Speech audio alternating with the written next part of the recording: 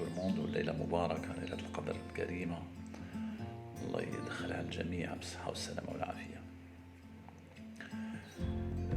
Je voudrais réagir par rapport à deux concepts qui commencent à intégrer la conscience collective, à savoir le concept du confinement et celui de déconfinement.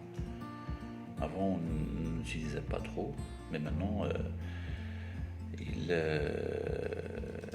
domine un peu le langage courant, il domine la pensée collective, il domine même la pensée individuelle. Et donc, ce sont deux concepts que j'aimerais bien étaler dans le sens où je voudrais les lier avec quelques phénomènes qui se passent autour de nous, qui ne se limitent pas au Covid-19, au ce virus de coronavirus. Non, loin de là, mais il dépasse de loin ce contour. Alors, par rapport au confinement, il faut dire que on est confiné. Tel qu'on vit actuellement, on est confiné. On est confiné dans le sens que ce n'est pas lié uniquement à ce virus, dans le sens où il y a de l'individualisme pur et dur, il y a de l'hermétisme, il y a de la non-ouverture, il y a de la sélectivité sociétale, si j'ose dire, qui font qu'on est dans un monde où il n'y a pas ce bon sens de vivre en commun. Il n'y a pas ce bon sens d'ouverture sur l'autre. Et ça, je le lis toujours. Si vous vous rappelez très bien, j'ai fait déjà une petite capsule concernant le rôle de la famille. Maintenant, j'insiste sur le rôle de la famille. Le rôle de la famille dans le sens où l'évolution d'éducation de l'être humain ou de la personne depuis son enfance, c'est une transition, c'est un parcours qui commence d'abord par la naissance, en passant par l'éducation d'abord, qui repose aussi sur l'éducation. L'éducation n'est pas limitée uniquement à la famille, mais il se prolonge vers l'école et vers l'environnement. Et quand je parle de l'environnement, c'est l'interactivité avec la société, avec l'autre d'une manière générale. Parce qu'on ne peut pas survivre, on ne peut pas vivre sans interaction et sans interagir avec l'autre. Parce que comme disait John Lacan, moi c'est mon moi, c'est le moi, c'est moi, mais une partie de l'autre, c'est moi. C'est-à-dire le prolongement de l'autre est toujours l'interactivité avec l'autre, il donne une valeur ajoutée, c'est-à-dire une information qui nous parvient à travers un échange, un discours, à travers le langage, la communication. C'est sûr naturellement qu'elle va donner un plus, qu'il va alimenter la bibliothèque personnelle de chacun de nous. Alors dans ce cas de figure de confinement, les gens ils sont déjà sur cette notion de, comme disait Thomas Hobbes, c'est que l'insan ou déboulé akhir l'insan, c'est-à-dire qu'il y a toujours la méfiance de l'autre vis-à-vis de l'autre, il y a toujours cet espace,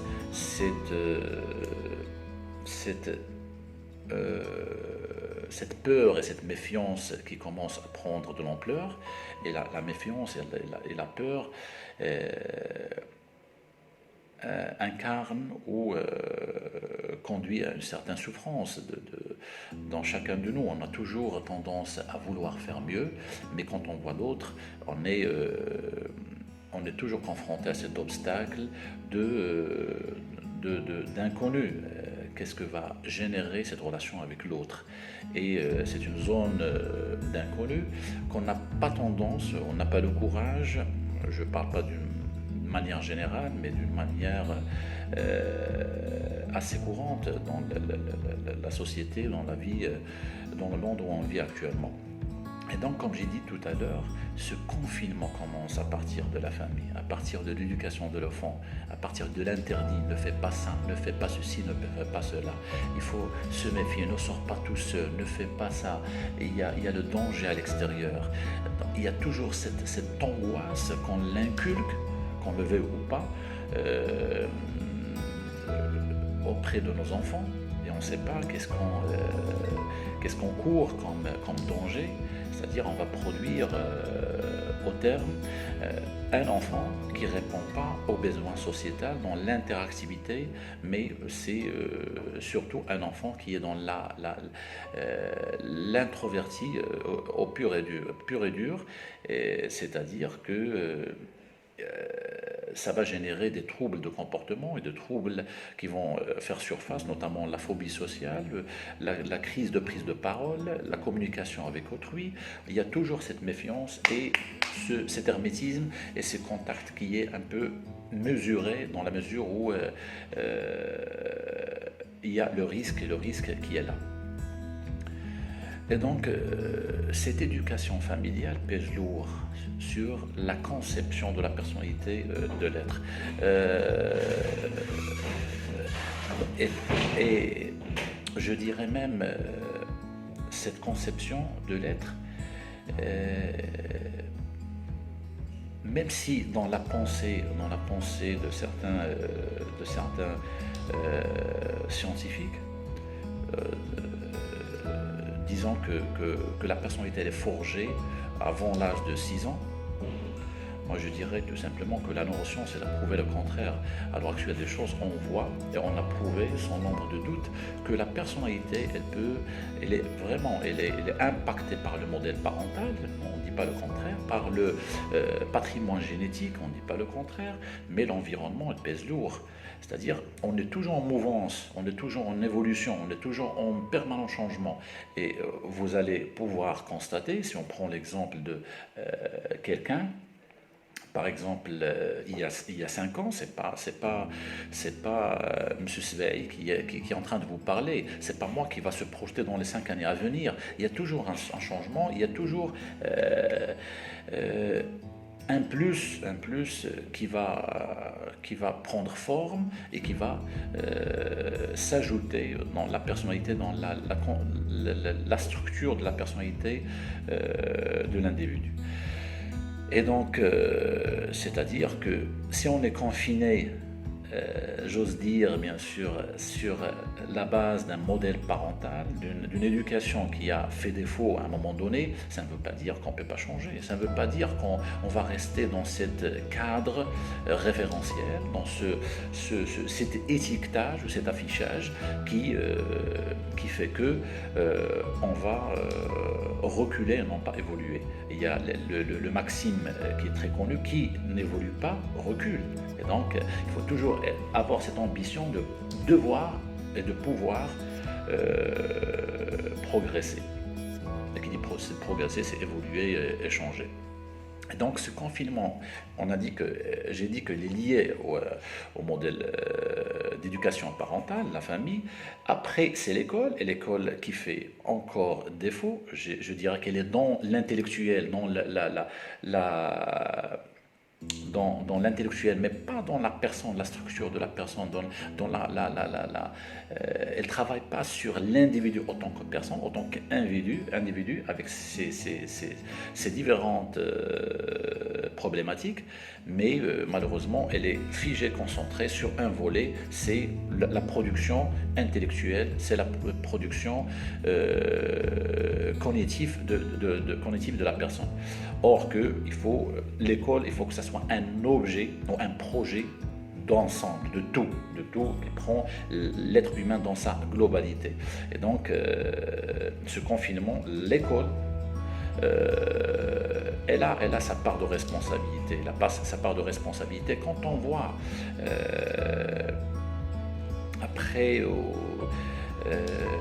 cet héritage familial dont endosse l'enfant et devant un professeur au niveau de l'école qui se permet de procéder à ce qu'on appelle une punition vas-y, on va faire OPK, vas-y, je vais t'interdire de rentrer en classe. De quel droit on va se permettre ces punitions pour un enfant? Franchement, c'est un peu frustrant et ça peut être gravé. Comme disait Boris Cyrulnik, c'est qu'effectivement, la science a prouvé qu'il y a des moments de la vie, il y a des traumatismes qui restent effrayés dans le cerveau. Donc on ne peut pas s'en passer. Ce qu'on fait tout simplement, c'est qu'on les refoule dans l'inconscient. Et ils peuvent refaire face à tout moment. Et c'est ça qui est grave et c'est ça qui est problématique. Ça veut dire que l'école, j'estime qu'elle passe à côté d'un détail très très important, c'est la complémentarité dans l'éducation avec la famille. Voilà.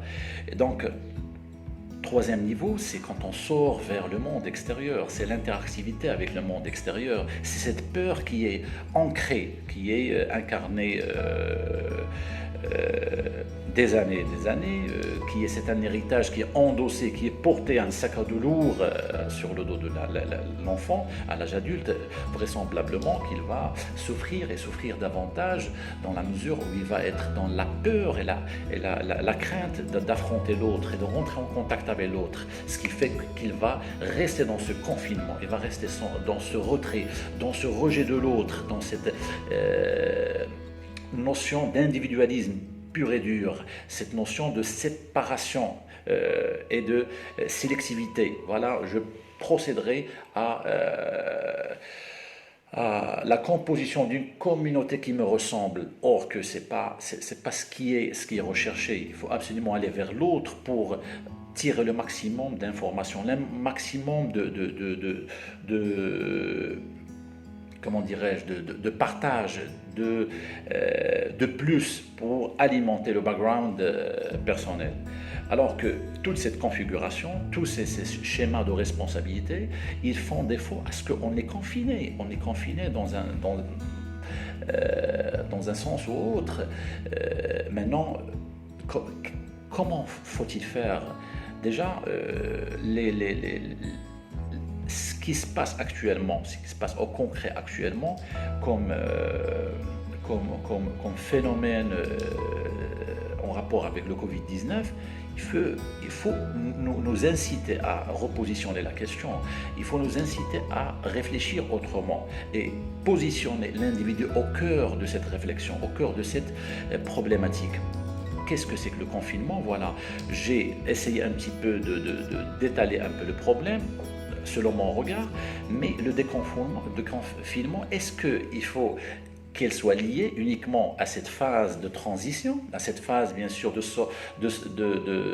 sortie de cette impasse qui est le virus, ou faut-il le prendre comme leçon pour impacter notre vie dans le sens positif et dire il faut qu'on s'ouvre vers l'autre. Et le déconfinement, c'est un déconfinement d'abord de l'existence, un déconfinement intellectuel et l'ouverture vers la pensée de l'autre, la pensée collective, même l'inconscient, ou plutôt le conscient collectif, il doit songer vers le changement de la façon de faire, de la manière de faire, vers le changement de positionner l'homme au cœur de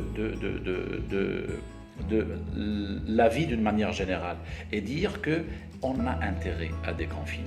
On a intérêt à se rapprocher de l'autre. On a intérêt de briser la glace. On a intérêt de faire mieux. Et on peut faire mieux. Et on peut restructurer nos personnalités. On peut aller de l'avant. On peut tendre la main à quelqu'un qui en a besoin. On peut aller dans l'empathie avec la souffrance de l'autre. On peut s'ouvrir dans un schéma sociétal de vivre en commun, de vivre ensemble. C'est pas de cette manière de confinement et d'individualité pure et dure qu'on peut progresser. Non, loin de là. C'est un virage que doit prendre le Maroc, c'est un virage que doit prendre l'individu, c'est un virage que nous devons prendre nous ensemble, main dans la main, et dire voilà, c'est l'occasion ou jamais pour s'ouvrir vers un monde meilleur, vers un monde qui place l'homme et l'être humain au cœur de l'activité, dans le cadre de cette biodiversité.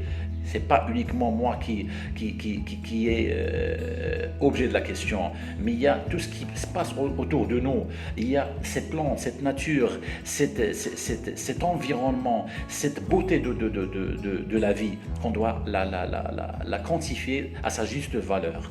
Donc c'est là où notre rôle est de dire c'est maintenant qu'on doit changer, c'est maintenant qu'on doit progresser et c'est maintenant qu'on doit déconfiner tous ensemble.